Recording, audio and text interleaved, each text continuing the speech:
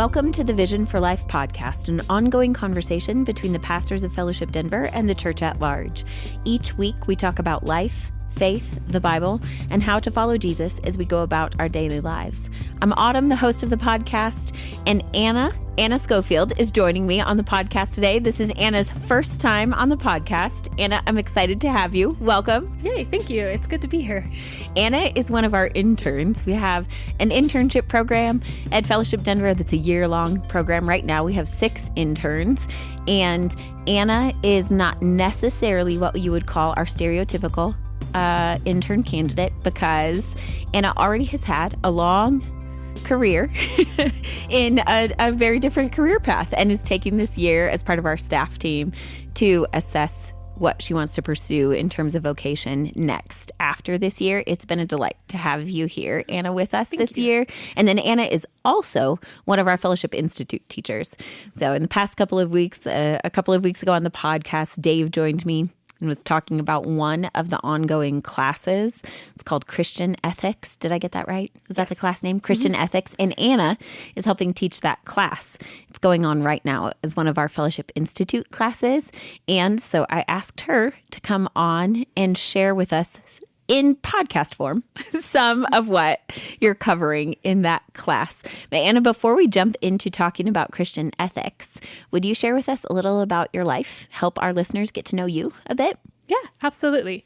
So anyone that talks to me for longer than 40 seconds will know that I grew up in Nebraska. I'm very, very proud of that fact, in a small town. But then I have lived in Denver my whole adult life. I moved here right after college. We have family in the area, and so it was a natural transition. My professional career has been in banking. I worked at a local Colorado-based bank in several different positions. My last role was as a branch manager. And I really enjoyed, it wasn't the career that I intended to have for 17 years, but I really enjoyed, I learned a lot personally and grew a lot personally through that, and then felt like I was really able to invest in a lot of people, helping people, customers and coworkers and employees. So I felt like it was a really good career, but also that it was time to do something else. Personally, I am married to Sam. We live in Highlands Ranch so that we can have a big yard, which is both good and bad. And we enjoy traveling together and hiking and watching any Colorado sports team. So that's just a little bit about me. Anna, how long have you come to Fellowship? Gosh, I think we're going on 13 years now. Yeah. And you and Sam, were you married when you started attending, or shortly after? Shortly after. Yeah. So you and Sam, though, together have been part of Fellowship for quite a while now. Yep. Yeah. I think that there are probably many people who can relate to what you said a moment ago when you said you had this career in banking, but it wasn't necessarily, you didn't initially take a job at a Colorado-based bank thinking, I'm going to spend the rest of my life in this career path. Correct. Yes. So I am really glad, though, that part of that path now is that you're spending time here with us at Fellowship. Your presence on our staff team is such an encouragement, and your work is providing a lift to many of us. Anna is technically our operations and admin intern and is doing a lot contained within that title, but then also supporting Fellowship Institute in very practical ways and via teaching. And I also said, Anna, would you please take on this curriculum project for kids ministry? And you very kindly agreed. So Anna is also helping children and family ministry. So if you ever need me to unpack the genealogical tree in Genesis for 2- and 3-year-olds, I can also do that for you. Yeah. Could you please rewrite the Table of Nations for toddlers? Yes. That's what Anna is doing as part of her curriculum project. Stuff like that, and doing an excellent job at it. I'm going to shift gears here into talking about the class in Christian ethics, which is, as I mentioned, something of an ongoing conversation on the podcast over the last few weeks. We've talked about this topic from a few different angles. about God's law, which is a part of the conversation of Christian ethics and understanding of God's law, the continuing use of God's law. And I spoke with Dave also about this class related to Christian ethics and this 3-part framework that Dave laid out at the beginning of the Christian ethics class. And Dave, to bring this back to mind, because we're going to use this as a springboard into our conversation today. So Dave's 3-part framework that he taught in the class and then shared with us here on the podcast was laid out in this way. And Anna, please feel free to expound on this or to help connect it then to where we're picking up with some of what you have covered in the Christian ethics class. Dave was contending here and in the class that the New Testament gives us a moral vision, and that there's this 3-part framework that is in the New Testament that helps us in the pursuit of ethics and an understanding of and application of Christian ethics. And the 3-part framework was laid out this way. The first is in Jesus' teaching on the law in the Sermon on the Mount. He says specifically that his followers are to be salt and light. So Dave asked us to consider what that means, that we are to be salt and light. The second part of this 3-part framework is from Galatians 5, in which it talks about the fruit of the Spirit, and that this is what is produced in a life indwelled by the Holy Spirit. And then the third aspect of this 3-part framework is in Jesus' restatement of the greatest commandment, in which he says that the greatest commandment is to love God with all one's heart, soul, mind, and strength, and to love our neighbors as ourselves. And in that, Jesus is summarizing the moral law of God and relaying it in a different form that has this kind of enduring use and value. So Dave said, by this 3-part framework, this gives us a good way to ask questions, to understand ethics, to understand this ethical vision of the kingdom. And so moving from that with this understanding, we want to then ask, let's do that. Let's take this a step more practical. And so, Anna, you're going to bring us into part of the content that is considering why and how we make decisions in the way that we do. And we're not going to completely demystify why we do or don't do what it is that we do. Paul himself talked about that conundrum.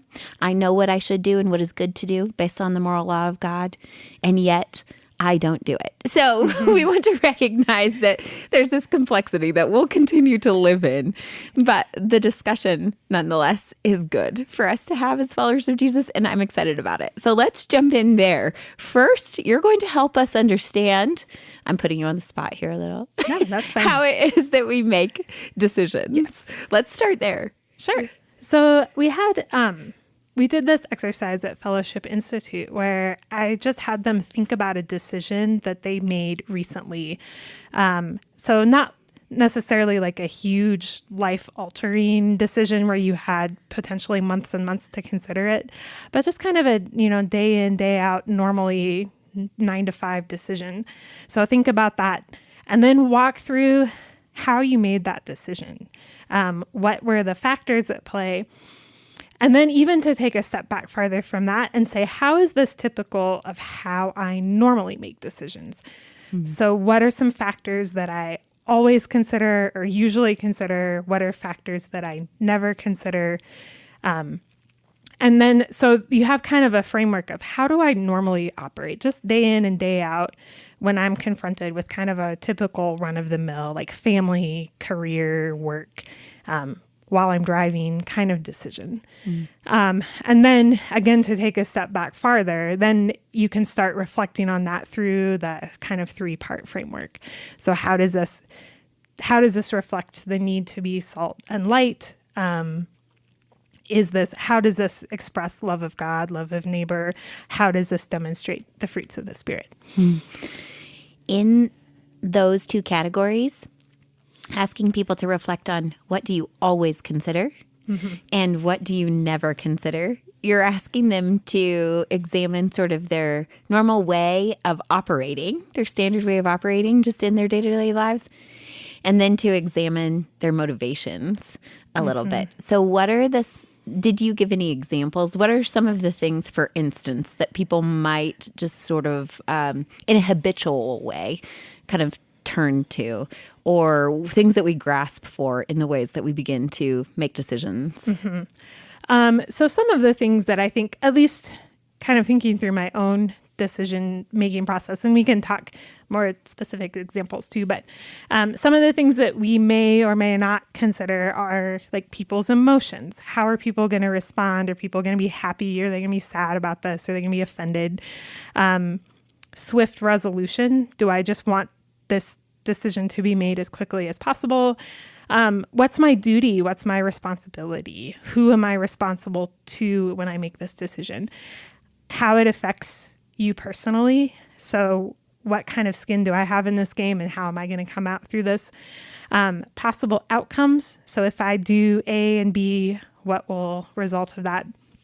Or motive. Sometimes some of us are really focused on like motive. What's my motivation? For some, that's less central. So these are some things that we can consider or not consider based on, circumstances, time, culture, habit, that kind of thing. Did you do this exercise? Like what do you usually always or never consider when you're faced with one of these decisions? Yes, I did do this exercise. I thought back to some of the decisions that I made being a manager for a bank, and how oftentimes that puts you kind of in a squeeze position between, on the one hand, you have the company with their rules and policies and procedures, and then on the other hand, you're representing your employees that are very specific individual people with individual experience and skill and commitment and that. So how do I take these company-wide rules and expectations and principles and the direct requests, commands of my bosses, and then apply them to a team of very individual people, and realized that I am I'm quite conflict avoidant. I don't enjoy dwelling in that place. So I like to try to bring as quick a resolution as possible, causing the least amount of anger and frustration, especially directed at me. In an ideal world, I'm considering the growth of my staff. How can I use this as a learning experience to help them, to better them? In a less than perfect world, I'm just thinking about how can I get out of this with the least amount of anger directed at me. Yes. So, kind of an odd mix of like self-preservation and growth. And so when the fruit of the Spirit is there, I'm being loving and patient and kind. When I'm really desperate, it's just, let's get this over with and move on. Were there, I can relate to that. I can relate to that. I tend that direction as well, to being conflict avoidant. It is not my preference. I have learned to navigate conflict for the sake of relationship, because often it's best to be honest and clear and direct, but it is definitely not my preference. And I have a follow-up question. Are there any, in describing that kind of tension, are there any concrete examples that come to mind when you had to do just that in your position as a manager, so overseeing and directly responsible for this team of employees? And as you said, I like the way you said it, as individuals who you know and theoretically care about and are working hard to care about. And then you also are responsible to maintain company policy regardless of your estimation of said policy. Yeah. So I had an employee, good employee, solid, good decision maker, made an error, relatively small, but the consequences were great or greater. And so then the policy directive is, when you make a mistake, when you violate policy or miss a step, then you need to be disciplined. And so then you're weighing the factors of, yes, this is a policy. there was clearly an error, there was clearly a step missed, this is my directive, but then also evaluating what's best for the employee, recognizing the tenure, the motivation, the spirit, the heart of someone who cares about their job, is seeking to do it really well. So how do you translate this in a way that fulfills my responsibility to the company, but also is like a growth and learning experience for the employee, and is a way that is not like punitive or that affects our relationship, and in a way that doesn't just shuffle the responsibility off onto the company, right? And just say, well, those bad guys are making me do this. But to really turn it in a way that's more growth oriented versus like consequence oriented. Even though in my soul, I felt a little icky, right? Is like, I don't think this is necessary. I think this is too harsh of a response. But to fulfill my responsibility in a way that's life-giving versus just like crushing. When you're asking that kind of question, how can I fulfill this responsibility in a way that is protective still appropriately of an employee, in recognition of the fact that they're a conscientious, good employee, and provides opportunity for growth, I think I can see then how, even if you weren't in the moment, utilizing this 3-part framework that you referenced a moment ago, that's essentially, we can now look back and say, this is how you can navigate a situation like this that's potentially somewhat ethically unclear. You have to apply wisdom. And so this framework can allow you to say, am I conducting myself in a way that is aligned with Jesus' description of his followers in being salt and light in this situation? So having a preservative effect in this situation, maintaining hope, pointing to greater truth through the way that I navigate it. Do you think that's a fair application of that kind of framework? Yeah, I think so. And I think what is so important about having this framework is that oftentimes in the moment, you don't have time to evaluate that like consciously. You're thinking, how do I keep all these parties, how do I resolve this quickly, fulfill my duty, keep people content? So having this already established is super helpful, because you don't have time to sit down at your desk and like write down, how do I love God? How do I love my neighbor? How do I demonstrate, joy and peace? How am I salt and light in this? It's kind of already there to draw on. And I think looking back at it, I realized some things that I could have done maybe different or more clearly. But again, having that kind of habit already built in is super useful, because then it's there and it affects you whether you're consciously thinking, now I'm being salt and light or not. Does that answer the question? Yeah, absolutely. I love what you're pointing out too. I think that's a great place to go next, is that you're saying when you already have this kind of as a foundation, as an assumptive way of operating, then in a situation in which you don't necessarily have a lot of time to sit down, write it out, you will hopefully turn to that source of an understanding of the way the world works, an understanding of the value of humans involved in the situation and the dignity of the people involved, and that you'll operate out of that understanding. So now you're pointing us to, I think, something else that's important in this conversation. And I believe that you were helping people in the class see too. So first you're asking us, and you were asking your students to examine how it is that you go about making decisions day to day. Yep. And then to draw the line from that, okay, examine this to the fact that you have these underlying assumptions, these ways of going about life, making decisions and operating that essentially are your ethical system, the system by which you live. And we all do that. And so the next question I have is why? Why do people create and operate by these ethical systems? Yeah.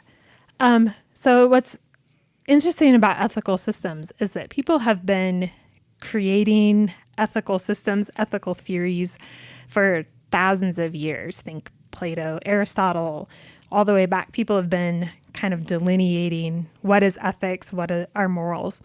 And I think there are kind of two reasons that we feel this compulsion to do this. First of all, is it's just descriptive, right? We want to know, why do people have morals? Why do we have these kind of gut instincts, reactions to things that we can't even always articulate?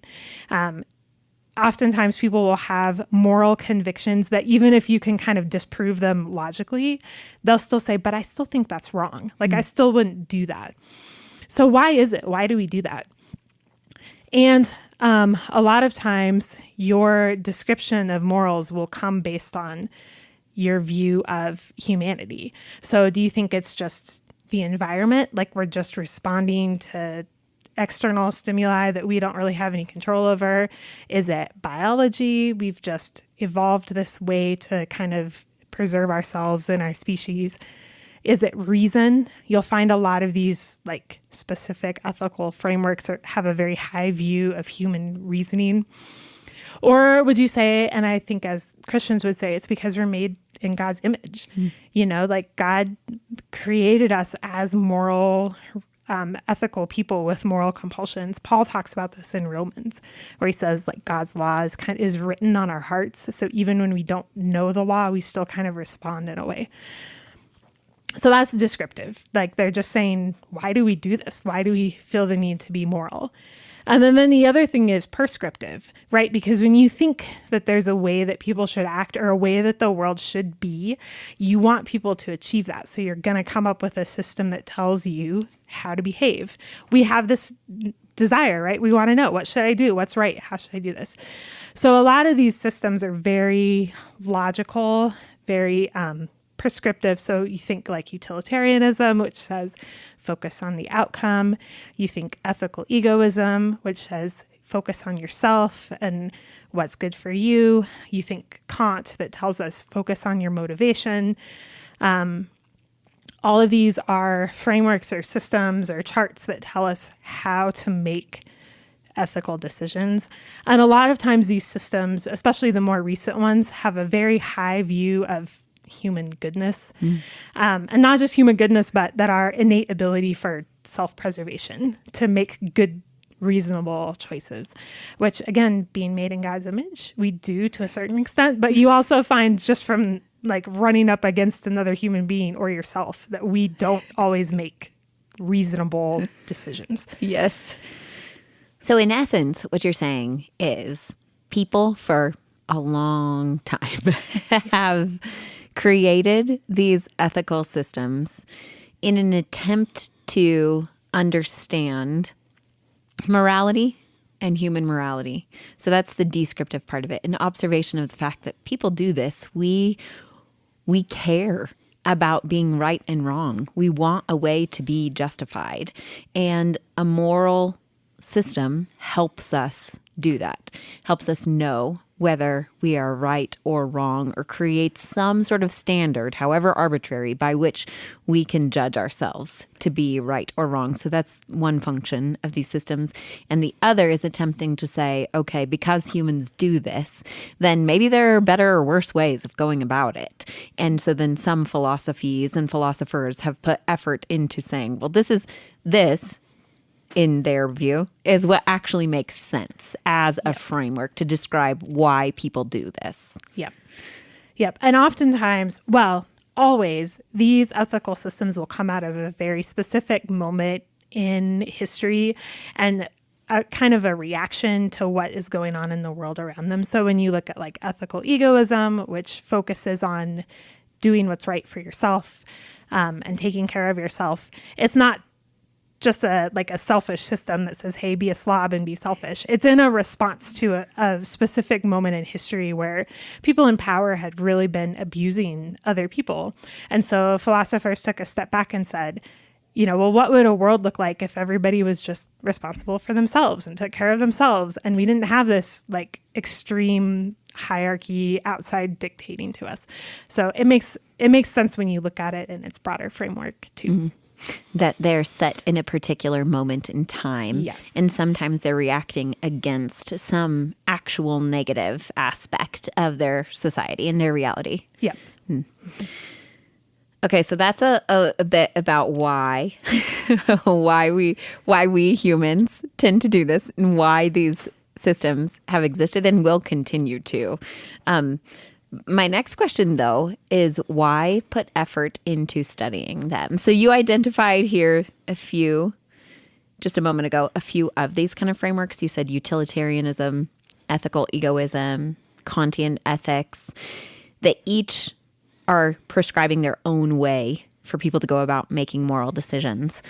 Why is it worth taking time, for instance, in a class like the one that we're offering, to understand the study of ethics?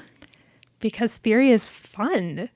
Philosophy. So this is Anna's answer. Oh, yeah. Yeah. I love this kind of stuff. It's fun to just see how people think and how people have thought. So that's the first answer, because it's cool. I suspect that the people who signed up for the class would share that to some extent. I think so. But if you're not a philosophy head and you don't get a kick out of like reading Kant, I think it's just important to tell it, because these systems help tell us how our culture thinks. So even though very few people are actually like pure utilitarians or pure ethical egoists, all of these systems have in some way affected and shaped our culture and kind of the ethos of how people make decisions day to day. So the idea of taking care of yourself, looking out for yourself first, or the idea of thinking about what will make the most people happy, or the idea of doing your duty. These are individual concepts of broader systems. So it just helps us think about how our culture thinks. How are people making decisions? How are their worlds constructed? And maybe gives us more of a compassion too, when you realize that people aren't building these moral frameworks just, ignorantly, or they're doing it in a particular way that helps them like make sense and navigate the world and try to be good people. They're answering that question. How do I be a good person?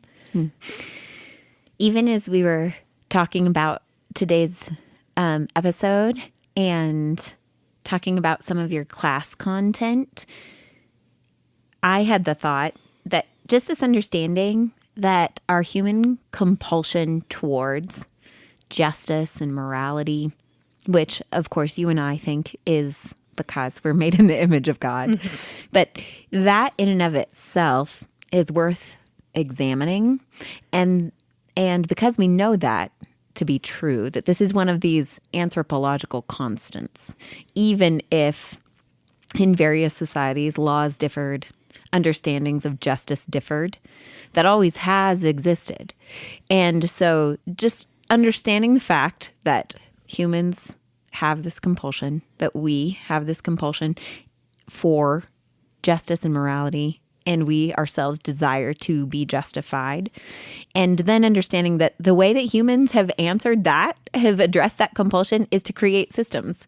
So to make sense of the world and create a moral framework by which they can, to some degree, judge themselves to be right or wrong, helped me understand, like living in a city like Denver, one of the things that we see prominent throughout our city are these yard signs that have a whole list of statements on them that say, like, Black Lives Matter, love is love, science is real. Science is real. Yes, exactly.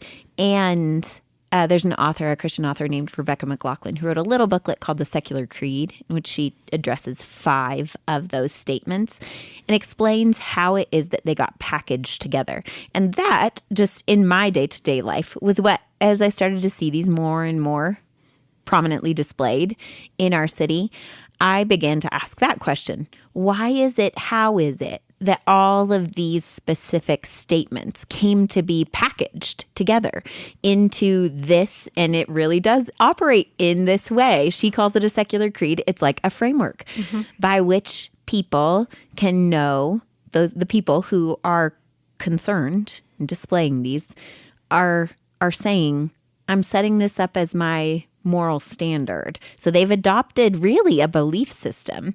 And then this is the moral framework that goes along with that belief system. So in answer to the why study it? I would say that the discussion, even our discussion, yours and mine, helped me start to understand more of why we do that and why we see that in our context. I'm sure it exists in other places too. This is what humans do. So even if it's not the same framework, this is what people are doing in cultural contexts around the world. And then your advice that then we can approach our neighbors who have a different perspective. They're operating out of a different framework with compassion and curiosity, and understand that they're trying to make sense of the world too. And they are in their own compulsion towards justice and morality, answering it in a particular way. Yep. And I think another reason to study these ethical systems is to help us understand how we already think. So we're looking at our culture around us, kind of the soup that or the water that we're swimming in. How are these people thinking? How are they coming up with these creeds or these actions? And then how are we thinking? Because we're a product of this culture as well, and these systems that have been going around for a really long time. So going back to the exercise that we did at the beginning, where we think about how we make decisions, and then even back again to the framework, we can, once we realize these philosophical systems, we say, oh, so when I make this decision, am I doing this based on, the fruit of the spirit and being salt and light? Or is this just a holdover of utilitarianism, which some of these have really good things to offer. And we'll talk about that in a little bit, how they can give us tools to make decisions. But it's helpful in our own view to just realize, oh, I think I'm being so objective and fair and reasonable. And I'm just as much of a part of this broader cultural synthesis as everybody else around me. So tease out what's really biblical, what I really have to hold on to, and what I can discard as saying, that's interesting and maybe useful, but when push comes to shove, I can set that aside. Mm-hmm. I want to try to apply what you just said to a real ongoing debate within Christian ethics. So there's our very small podcast discussion. And then there's a Fellowship Institute class. But at a much higher level in the world of Christian ethics, among published authors, there are ongoing discussions about how to apply a Christian worldview to some very complex issues. So one of those very live debates, for instance, is IVF. Mm-hmm. And you and I are not going to take on this conversation with the hope of solving it. But I do want to ask Anna if this is a good illustration of what you're saying could be true. And my mind goes to the fact that I know people who have struggled with fertility. I know and love people who have struggled with fertility. There are Christian couples who desire a baby, and IVF provides a technology that might help them realize that desire. And so on the one hand, we might say, yes, we affirm that the desire for a child is a good God-given desire. On the other hand, we can also understand that our very strong societal messaging says that your starting point, your assumption is your desire is good. So if you want that, if it's going to make you happy, if it's going to make you fulfilled, then whatever that desire is something you should pursue. And that's the assumptive starting point. So is that kind of what you're saying? Is that a fair application of saying sometimes we answer a given situation because we live in a certain culture? Yes, I think so. I think that's an example of understanding how ethical systems work and how they feed into our thinking can help us take a step back and say, when I'm making this decision, am I doing it strictly based on what my culture says is good? what I've absorbed just from living in this particular time, or am I really tying it back to what Scripture says and what God desires? And conversely, it helps us kind of analyze that underlying gut reaction when you think your first initial reaction strongly is yes or no. Is that coming from a place that's purely cultural? Is that coming from a place that is biblical? And if I find reason and logic that overrides what I'm experiencing in my heart, I can bring that back to biblical standards and realize that our ethical decisions are often very complex and responsive and come just as much from like culture and our own experience. So it gives us it just gives us an ability to step back for a minute and evaluate things reasonably, right? And with humility, and to really bring that to God to unpack. So in this, also to just round out that conversation, of course, it is feasible for people who are pursuing IVF. I don't want to leave this in the completely nebulous state, to go about it in different ways. Yes. And so I think within even that discussion, there is a lot of wisdom to be applied in that pursuit, in recognition of the fact that absolutely we desire for people who, our hope is that people who desire children, that God would grant that desire of their hearts. And so I'm not attempting to shoehorn this discussion into one box, but simply to say that we always have to, when you, like you said, it's wise, especially in these complex issues that deal particularly in this case with human life, to ask, why is my compulsion one way or the other?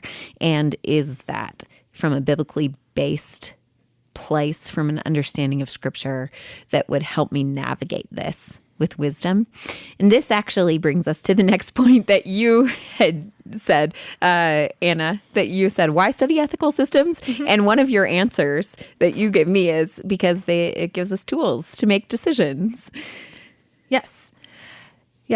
And as I read these ethical theories and systems, one of the things that I have been realizing is that oftentimes they do provide good perspectives or good tools, because humans are reasonable and rational, because we are made in God's image.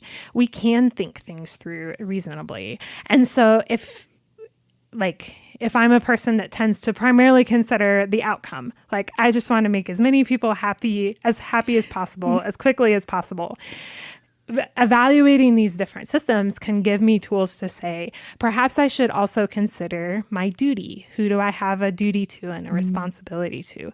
Perhaps I should consider, if I make this decision like universally applicable to everybody in my company and everyone does the same thing that I do, how will this turn out? So it just gives us tools, and some of them even have like lists that you can check off. So when you're considering what are the potential outcomes of this, like a little checklist that you can do. So you don't use them in every situation, but it's like exercising different muscles or adding different tools to your toolbox.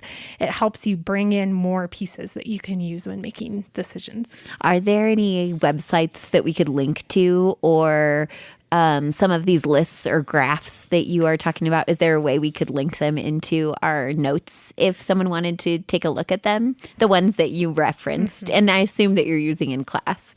Yes. So the book that we're doing is called Beyond Bumper Sticker Ethics by Stephen Wilkins. And it's been a really great, helpful book, because he goes through several common ethical decisions, and he talks about kind of how they've been popularized in our culture. So the bumper sticker ethics, like, you do you, or make people happy, or be a good person, and then kind of looks at the systems behind it, and then so like utilitarianism, he talks about how you can check off, like, what are the possible outcomes of this situation, and what are some factors that I can consider. So that's what we've been using, and I found it really approachable and really helpful in this.